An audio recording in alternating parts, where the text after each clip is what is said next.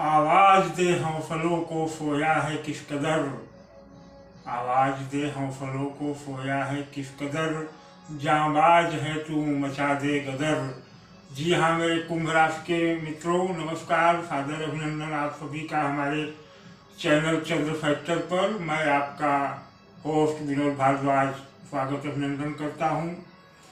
आज मेरा विषय है कुंभ राशि और यह शनि का अस्तकाल, मतलब 5 फरवरी से 13 मार्च तक का जो समय है उस पर कुंभ राशि का क्या होगा हाल, इसी पर हम चर्चा करेंगे।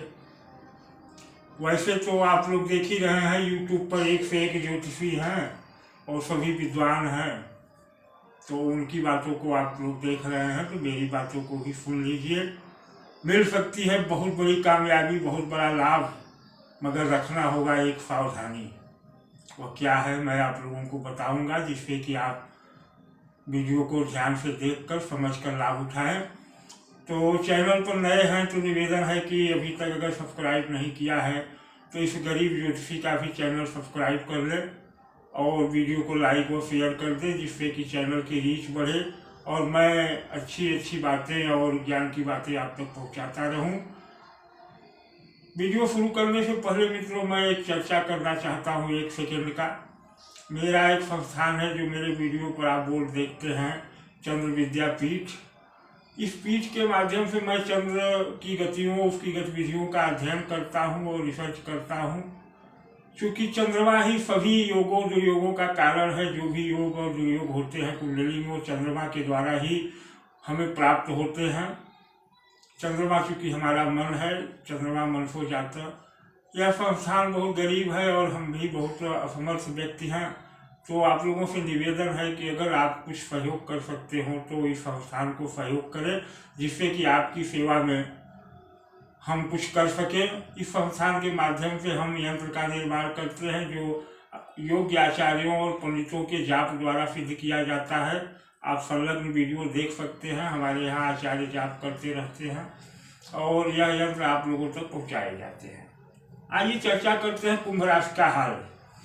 मित्रों, जैसा मैंने कहा कि आवाज़ दे हौसलों को सोया है किस कदर, जांबाज है तू मचा दे गदर।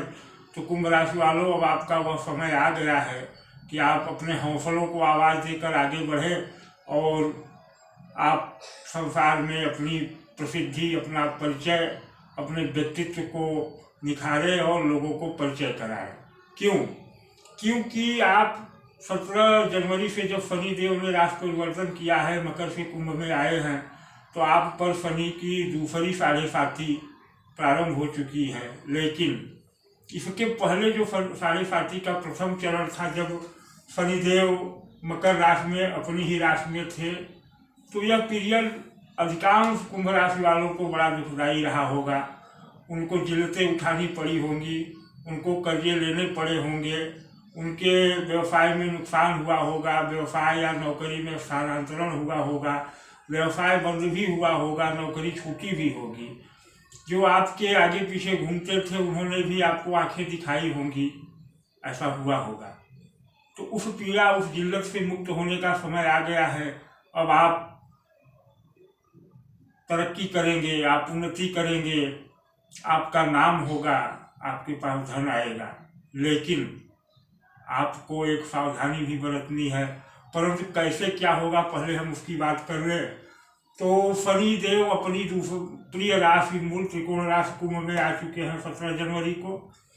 मकर भी उन्हीं की राशि है, परंतु साढ़े साथी जैसे अन्य ग्रहों की राशियों को भुगतनी पड़ती है, लगभग वैसे ही कुंभ राशि को या शनि देव की राशि को भी भुगतनी पड़ती है। क्योंकि भले ही यह कुंभ और मकर दोनों इनकी राशियां हैं, लेकिन शनि न्याय के देवता हैं। अगर वह दूसरी राशि वालों को, दूसरे ग्रह वालों को दंड देंगे उनके कर्मों का, तो ऐसा संभव नहीं कि वो अपनी राशि या अपने अधीन जातकों को दंड न दे। अगर आपने गलत किया है, समय पर शनिदेव साढ़े साथी और ढैया के माध्यम से कर्मों का हिसाब ही करते हैं, दंड ही देते हैं। तो ऐसा नहीं रहा होगा कि साढ़े साथी के प्रथम चरण में सभी लोग कष्ट पाए होंगे। जिनके शनि या जिनके शुक्र और जिनके बुध अच्छे रहे होंगे, चंद्रमा जिनकी अच्छी पोजीशन पे रहा होगा कुंडली में, उनको लाभ भी मिला होगा। लेकिन जैसा कि मैं पहले भी बताता आया हूँ कि चंद्रमा अक्सर कुंडलियों में पीड़ित होता है, और चंद्रमा अगर पीड़ित है तो अच्छा भी घटित नहीं हो पाता और बुरा तो होना ही है।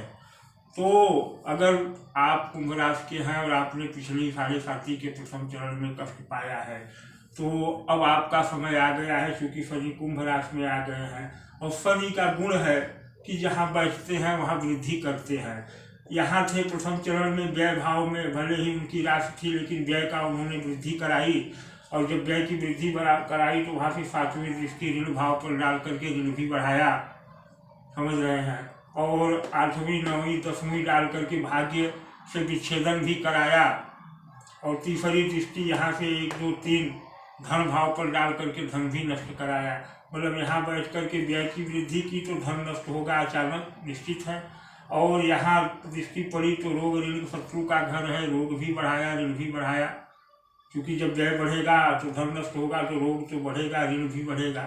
और यहाँ दृष्टि डाल करके भाग्य का भी नुकसान किया। लेकिन अब अपनी मूल त्रिकोण राशि में आ गए हैं जो आपकी राशि है कुंभ, और यहाँ अब यह वृद्धि करेंगे, जहाँ बैठते हैं वहाँ वृद्धि करते हैं। तो अब राशि की वृद्धि करेंगे, और जब राशि की वृद्धि करेंगे तो यहाँ से तीसरी दृष्टि 1 2 3 यह आपके पुरुषार्थ का भाव है, आपकी क्षमताओं का भाव है, आपके छोटे भाई बहनों का भाव है, यहाँ भी वृद्धि करेंगे, क्योंकि यह मंगल की राशि है तो यहाँ वृद्धि करेंगे।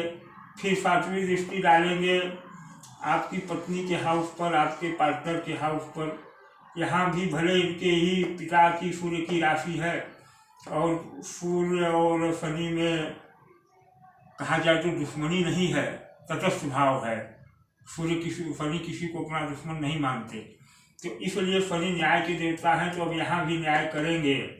लेकिन चूंकि विच्छेदकारी दृष्टि है तो थोड़ा पति पत्नी के संबंधों में खटास ला सकते हैं। फिर 10वीं दृष्टि 7 8 9 10 कर्म भाव पर डालेंगे, और चूंकि यह स्थान यहाँ काल पुरुष की कुंडली में मकर राशि बनती है 10 नंबर की, तो यह कर्म का क्षेत्र है, और शनि कर्म के ही स्वामी हैं, शनि कर्म के ही देवता हैं। तो यहाँ वह कर्म करवाएंगे बाप से अच्छे से, और जब अच्छे से कर्म करवाएंगे तो आपको लाभ भी देंगे, तरक्की भी देंगे, उन्नति भी देंगे। लेकिन 5 फरवरी से मित्रों शनिदेव अस्त हो रहे हैं। अभी वह यहाँ से अपनी राशि में आए हैं कुंभ राशि में, अभी इनका डिग्री बल अंश बल बहुत कम है, लेकिन सूर्य चूंकि बैठे हैं यहाँ मकर राशि में, यहाँ शनि की ही राशि में, और इधर को बढ़ रहे हैं सूर्य, और शनिदेव अब अस्त हो रहे हैं। तो देखिए यह बड़ा अजीबोगरीब संयोग है। यह संयोग कुंभ राशि वालों को लाभ देगा, बहुत लाभ देगा, बशर्ते एक सावधानी बरतेंगे तो। लाभ क्यों देगा? क्योंकि सूर्य यहाँ है और सूर्य पिता है शनि के, तो शनि अपने पिता के समीप अस्त हो रहा है, पिता के सानिध्य में अस्त हो रहा है। बेटा अपने बाप के सानिध्य में अस्त ही हो जाता है, क्योंकि जहाँ बाप है वहाँ बेटे का कोई अस्तित्व नहीं रहता। तो शनि अपने पिता सूर्य के सानिध्य में अस्त हो रहे हैं, मतलब एक तरह से अपना समर्पण कर दे रहे हैं। समर्पण इसलिए कर दे रहे हैं कि जो 2.5 साल तक कुंभ राशि को शनि ने कष्ट दिए हैं, अपनी ही राशि को कष्ट दिए हैं, तो अब शनि देव ने समर्पण कर दिया, पिता के सामने अस्त हो रहे हैं कि हे पितृदेव, मैंने तो सिद्धांतवश, जो मेरा सिद्धांत है न्याय का, उस वश मैंने सिद्धांत का पालन किया और अपनी ही राशि के जातकों को कष्ट दिया, लेकिन आप पिता हैं, आप अब आकर के इस राशि के जातकों को तरक्की दे, उन्नति दे, उनका विकास करे। तो सूर्य जैसे ही इस राशि में आएंगे, जो कि लगभग 14-15 फरवरी तक आ जाएंगे मित्रों, और शनि तो यहाँ अस्त हो रहे हैं 5 फरवरी से 13 मार्च तक। तो जब सूर्य यहाँ आ जाएंगे तो शनि तो यहाँ अपने गुण के अनुसार वृद्धि कर ही रहे हैं, सूर्य आएंगे अपने पुत्र की प्रिय राशि में, और जो भी यहाँ कुछ बिगड़ा है, जो कष्ट हुआ है, उसको सूर्य जो है कंट्रोल करेंगे, उसको सुधारेंगे। और सूर्य यहाँ बैठ कर के अपनी एकमात्र दृष्टि अपने इस भाव पर डालेंगे जो पत्नी का घर है, पार्टनरी का घर है, यहाँ से व्यवसाय का भी संचालन होता है, तो जब यहाँ से बैठ करके यहाँ डालेंगे अपनी ही राशि पर दृष्टि, तो सूर्य आपको बहुत कुछ देंगे, झोलियाँ भर देंगे, आपको चिंता करने की जरूरत नहीं है। लेकिन मैं बार बार कह रहा हूँ कि सूर्य यहाँ बैठ करके झोलियाँ भर देंगे। शनि पिता के सानिध्य में अस्त हो रहे हैं, 5 फरवरी से अपना दुष्प्रभाव छोड़ देंगे। और जब शनि यहाँ दुष्प्रभाव छोड़ देंगे तो एक मेन बात होने वाली है, जिसको समझिए कि धन और वैभव के कारक जो हैं, वृद्धि के कारक जो हैं गुरु महाराज यानी बृहस्पति अपनी ही दूसरी राशि मीन में यहाँ बैठे हैं। और जब शनि यहाँ से यहाँ आए, बृहस्पति यहाँ बैठे ही हैं जो 22 अप्रैल तक रहेंगे, और यहाँ राहु बैठा है जो 30 अक्टूबर तक रहेगा। तो यहाँ से बन रहा था पाप कर्तरी योग, मतलब पाप ग्रहों के बीच में गुरुदेव बृहस्पति धन के कारक, व्यवसाय के कारक, वृद्धि के कारक, शुभता के कारक पाप कर्तरी योग में हो गए थे। अब पाप कर्तरी योग में होने के कारण गुरु अपनी शुभता नहीं दे पा रहे थे। और इस राशि में गुरु क्या है देख लीजिए। 9वीं राशि उनकी जो मूल त्रिकोण राशि है वो आय भाव की है, और 12वीं जो उनकी दूसरी राशि है वो धन भाव की है। तो पाप कर्तरी योग में बैठ करके वो आय देने में असमर्थ हो रहे थे, लेकिन जैसे ही शनि अस्त हो रहे हैं तो यह पाप कर्तरी योग निष्फल हो जा रहा है। और गुरु अपनी पूरी क्षमता, जो भी उनकी क्षमता है, उस क्षमता से आय भी कराएंगे, धन भी एकत्रित कराएंगे। और सूर्य यहाँ अपनी पुत्र की राशि में बैठ करके अपनी ही राशि को देख करके व्यवसाय में वृद्धि कराएंगे। यह तो तय है, इसको आप या दुनिया का कोई व्यक्ति टाल नहीं सकता। लेकिन आपको सावधान रहना होगा। क्या सावधान रहना होगा कि शनि जब राशि में अपने आ गए हैं तो शनि का प्रभाव है चीज़ों को धीरे करना, विलंबित करना। तो आप में थोड़ा सा आलस्य आ जाएगा और आप विलंब से सोकर उठेंगे, विलंब से जागेंगे। तो इससे ऐसा होने से सूर्य नाराज होने लगेंगे, सूर्य बिगड़ने लगेंगे।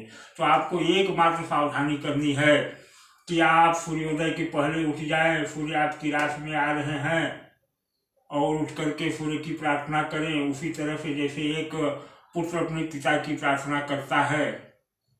और जब आप ऐसा करेंगे तो सूर्य देव आपको यहाँ तरक्की देंगे। गुरु यहाँ से धन इकट्ठा कराएंगे और यहाँ से आय कराएंगे, क्योंकि जब तक शनि अस्त रहेंगे पाप कर्तरी योग भंग रहेगा। तो मित्रों, निवेदन है कि आप सिर्फ इतना करें, एक सावधानी कि सूर्योदय के पहले उठें और सूर्य भगवान की आराधना करें। और प्रत्येक शनिवार पीपल के पेड़ में जा करके शनि देव के नाम पर, क्योंकि शनि अस्त हो रहे हैं तो उनको तो पीड़ा हो रही है, तो उस पीड़ा को दूर करने के लिए, शनि की अपने राशि की पीड़ा दूर करने के लिए पीपल के पेड़ में जा करके जल दें और बजरंग बली का दर्शन करें मंगलवार को। क्योंकि यह शनि जो है मंगल के ही धनिष्ठा नक्षत्र में अस्त हो रहे हैं, तो मंगल को आपको साथ लेना बहुत जरूरी है। क्योंकि मंगल की दूसरी राशि जो जल तत्वीय राशि है आपके कर्म भाव में है, और प्रथम मूल त्रिकोण जो राशि मेष है वह 1 नंबर यहाँ तृतीय भाव पुरुषार्थ भाव में है। तो आपको करना क्या है कि मंगल को भी जगाना है और गुरु को भी जगाना है। गुरु आपकी रक्षा करेंगे। और पिता आपकी राशि में सूर्य के रूप में आ रहे हैं, तो पैतृक संपत्तियों से आपको लाभ देंगे। कहीं पैतृक संपत्ति फंसी थी, कहीं आपका धन फंसा था, वह भी दिलवाएंगे। लेकिन करना यही है कि सूर्य उदय होने से पहले आप उदय हो जाए। जैसा कि मैंने शेर में कहा कि आवाज़ दे हौसलों को, सोया है किस कदर। अब सोने का समय नहीं मित्रों, अपने हौसलों को आवाज़ दे और चल पड़े अपनी मंजिल की ओर। अब रास्ते भगवान सूर्य आपका बनाएंगे, शनिदेव बनाएंगे, गुरु बनाएंगे और आपका मंगल ही होगा। नमस्कार मित्रों, इतना ही इसका में कहना था हमें। और मेरा निवेदन है कि अगर मेरे चैनल को सब्सक्राइब नहीं किया है तो सब्सक्राइब कर दे। और मेरे चंद्र विद्या संस्थान के लिए, पीठ के लिए आप लोग जो आपसे बन पड़े 10, 20, 30, 50 इस गूगल पे नंबर पर सहयोग करें। आप वीडियो में देख रहे हैं आचार्य लोग जाप कर रहे हैं आपके ही मंगल की कामनाओं के लिए, यंत्र निर्माण के लिए। नमस्कार, आज्ञा दे और हमारी बातों पर ध्यान दें।